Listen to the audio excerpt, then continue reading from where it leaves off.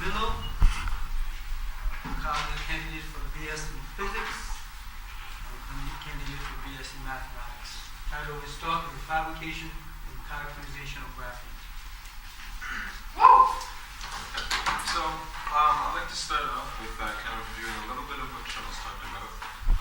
Just talking about what graphene is. So the image that I would like you to get in your head to begin with is you writing with a pencil. So graphene is a single layer of graphite, which is pencil lead. And pencil lead is a large stack of many, many layers of carbon lattice. When you write with your pencil, all you're doing is basically scraping off layers of this stack of lattices, and that's what forms what you write. So if you could imagine that you could write so finely that you managed to scrape off just one single lattice off of this stack, then you would have what we call graphene, which is just a single atomic layer of this two-dimensional carbon lattice. Why we're interested in graphene is because of the excellent mobility of electrons in it. This is because when this material, when we get it down to this two-dimensional form, one atom layer thick, the electrons rest on the top of the material and they don't run into any obstructions. So the chemical nature of graphene means that there's no obstructions sticking up on top of the surface. The electrons just move across like skaters on a pond. They don't run into anything. And so you're able to conduct electricity and heat very easily. This is applicable, especially in electronics, where you can see that the ability to move electrons quickly and easily will be useful. And you can see pictured here,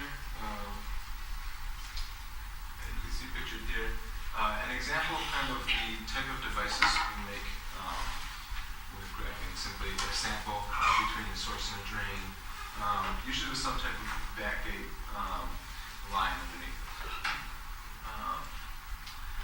So what I'm mainly talking about is how we fabricate graphene. I worked in a lab at Harvard, and what our main concern was coming up with an easy or a reliable, I should say, technique for getting graphene samples on which we can make good electrical measurements.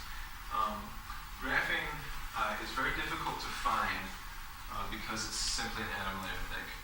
So it needs to be placed on a substrate that allows us to see it easily. On most substrates, graphene is invisible.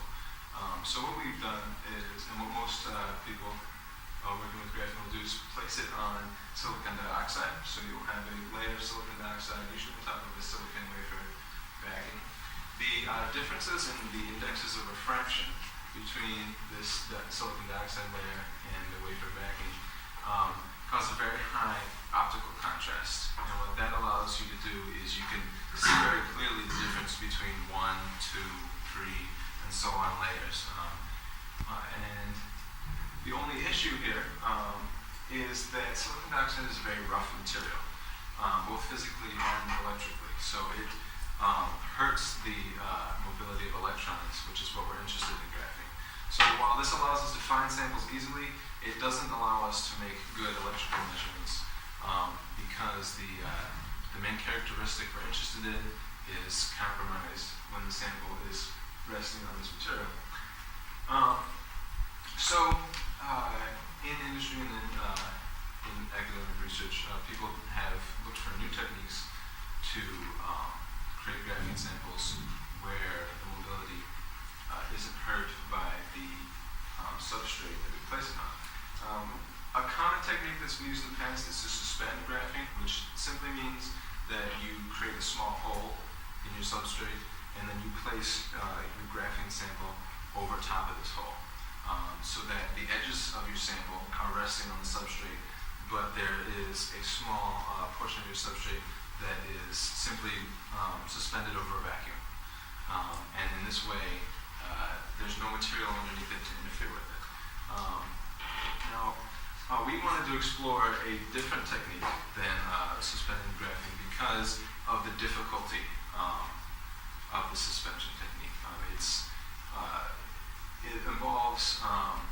mixing graphene into water and then usually draining the water away so you can get a floating piece of graphene over top of your hole. It's very easy to lose the very small samples we're working with in this technique. So what we looked into was transferring graphene from silicon dioxide to something called hexagonal boron nitride, or HBN. This is a technique that was first developed by a group at MIT, and that we've been working to replicate and hopefully improve on over time. And the reason why we want to use boron nitride as our new substrate is because it is a relatively smooth material. And its chemical structure is such that there's no orbitals that stick up into the graphene surface and interfere with the electrons. In silicon dioxide, the pi orbital of the material it sticks up perpendicularly into the graphene sample and creates obstructions in the material. So our first step was to find graphene. So we began with a silicon wafer with a layer of silicon dioxide on top. And then what we proceeded to do was to spin a layer of polyvinyl alcohol, PVA, and then PMMA on top. And these are both simply viscous polymers. These viscous liquids that we would use an industrial spinner to revolve our wafer here and get a nice clean coating of these on top. And the reason for using two different materials here is that PMMA is very sturdy. And so when we eventually want to leave this silicon dioxide substrate, it'll give us enough strength so that this won't break apart with our sample on top of it. The polyvinyl alcohol is so that these two layers can be removed from the silicon dioxide substrate. PMMA adheres to the silicon dioxide very strongly, so it's not ideal to simply use that. Instead, we use both layers to get the strength as well as the ability to peel away from the silicon dioxide layer. So we then deposit graphite on top. As Charles mentioned, we use mechanical exfoliation, which simply means taking a small piece of Scotch tape, putting one or two flakes of this graphite that are usually very finely cleaned and polished. Then we would press the tape together and peel it apart about 50 to 100 times until the large flakes had been reduced to a very fine dust coating on the material. That's deposited on to our substrate, and then hopefully our next goal is to find monolayer, single atomic layer thick samples on this substrate. Okay. So the way we tell initially whether we have a monolayer of graphene is by going under the optical microscope and studying the color contrasts between various samples. So as we get down closer and closer to single layer, the sample becomes almost transparent. It begins to blend into the background.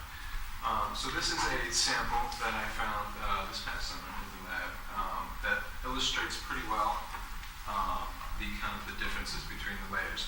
You can see on the right, this is an example of graphite. There's a high contrast between it and the background, very bright color. This is many, many layers of graphene, or this carbon lattice sitting on top of each other. You notice in this sample, it kind of sheared off in steps. So we have here what is likely about 10 to 20 layers of graphene on top of each other. This lighter layer is about 3 to 5. And then this right here is the single layer we're looking for. And you can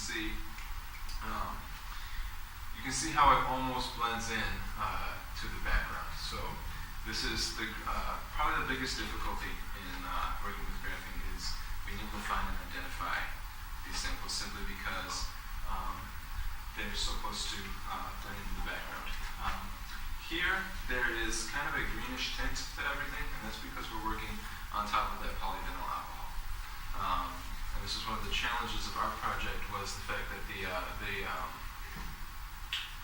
two polymer layers reduced the optical contrast that was created by the silicon dioxide.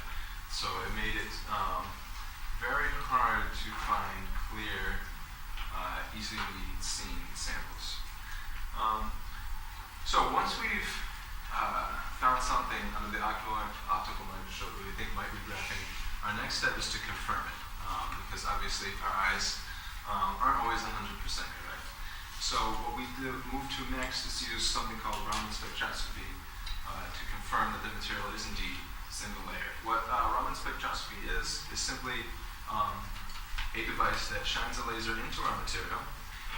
This laser then interacts with the phonons in the material, and depending on the structure of the material, it will resonate with certain vibrational modes, and these come back to us as a small wavelength, small shift in certain wavelengths of the laser. And so here's a graph from the spectrometer.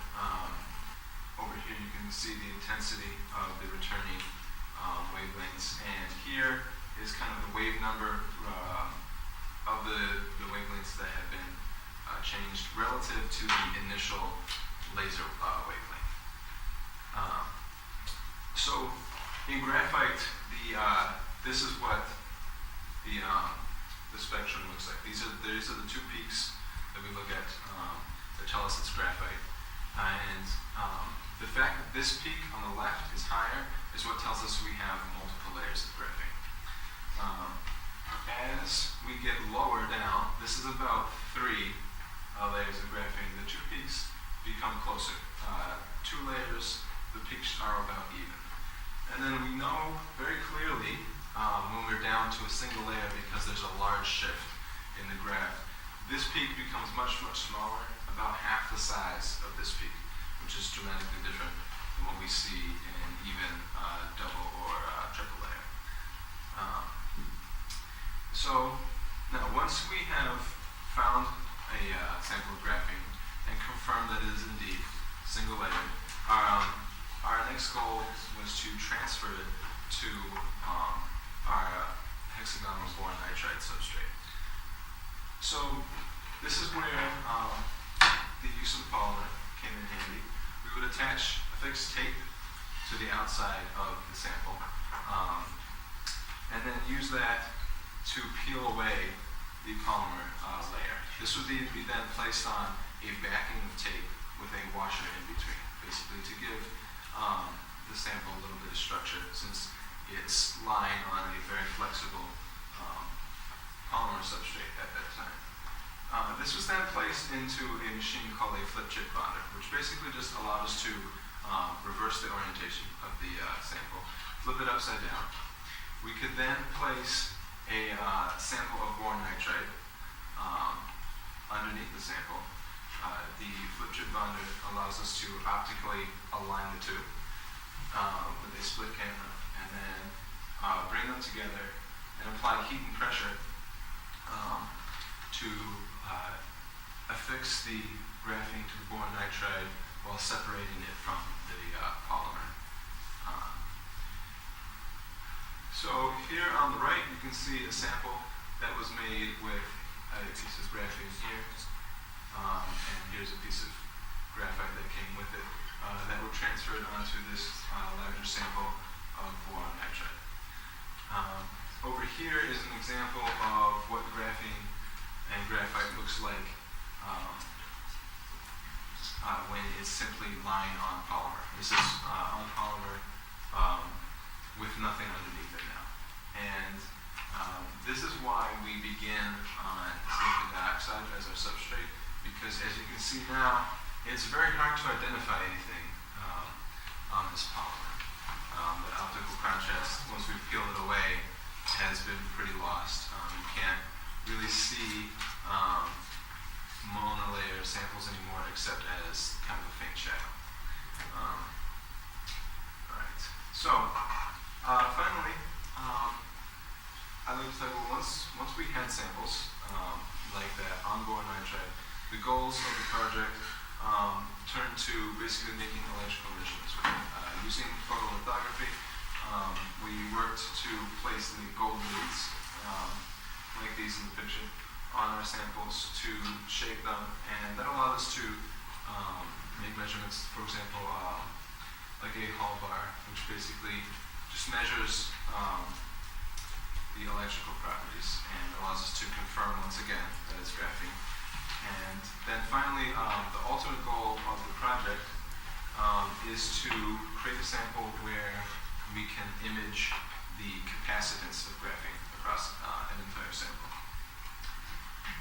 So to close, I'd like to thank a few people that I was able to help me do this research. First of all, Sagar Bandari is the person who mentored me and worked with me on this project at the lab at Harvard. He's in charge of this research project. I'd also like to thank Professor John Freed, who also was supportive in working on the project and provided the grant for funding. Professor Robert Westervelt, who is the principal investigator of the lab that I worked in. I'd like to thank Harvard University, where I conducted the research, as well as Dr. Catherine Holler and everyone involved in the REU program that set up the research. And finally, NSF, who is the ultimate source of the funding, and CNS, who provided the clean room equipment that was used in fabricating our samples.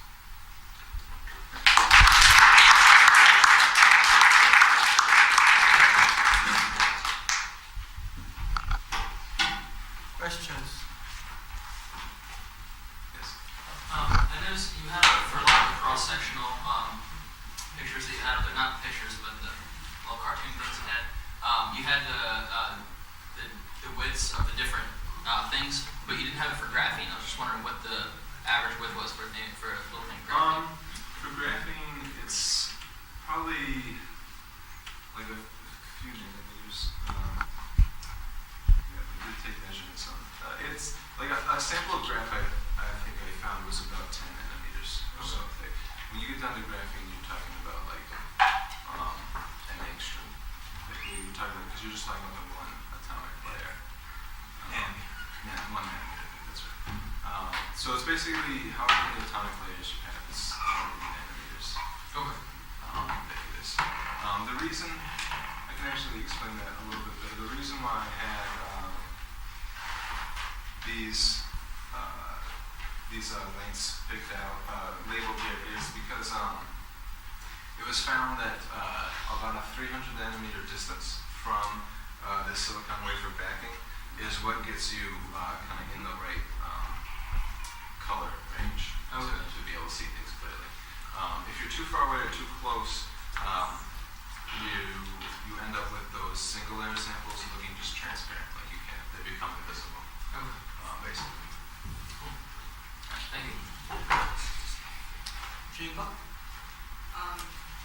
Yeah, I understand the discussion tape that you made it into a powder, but how did you actually get graphite from the tape onto your... Literally just stuck it onto the, right onto the silicon dioxide wafer. Graphene adheres very well to the silicon dioxide and to the polymer that we later began using.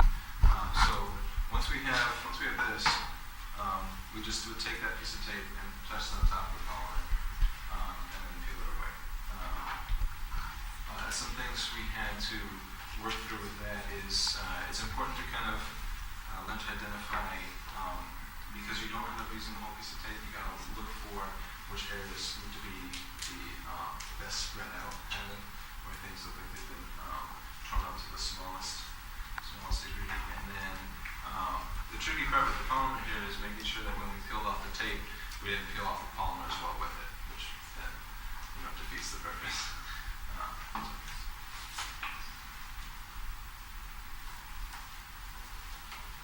Going to become rich and famous, figure out a way to actually grow these films, or this technique. It's difficult. Very time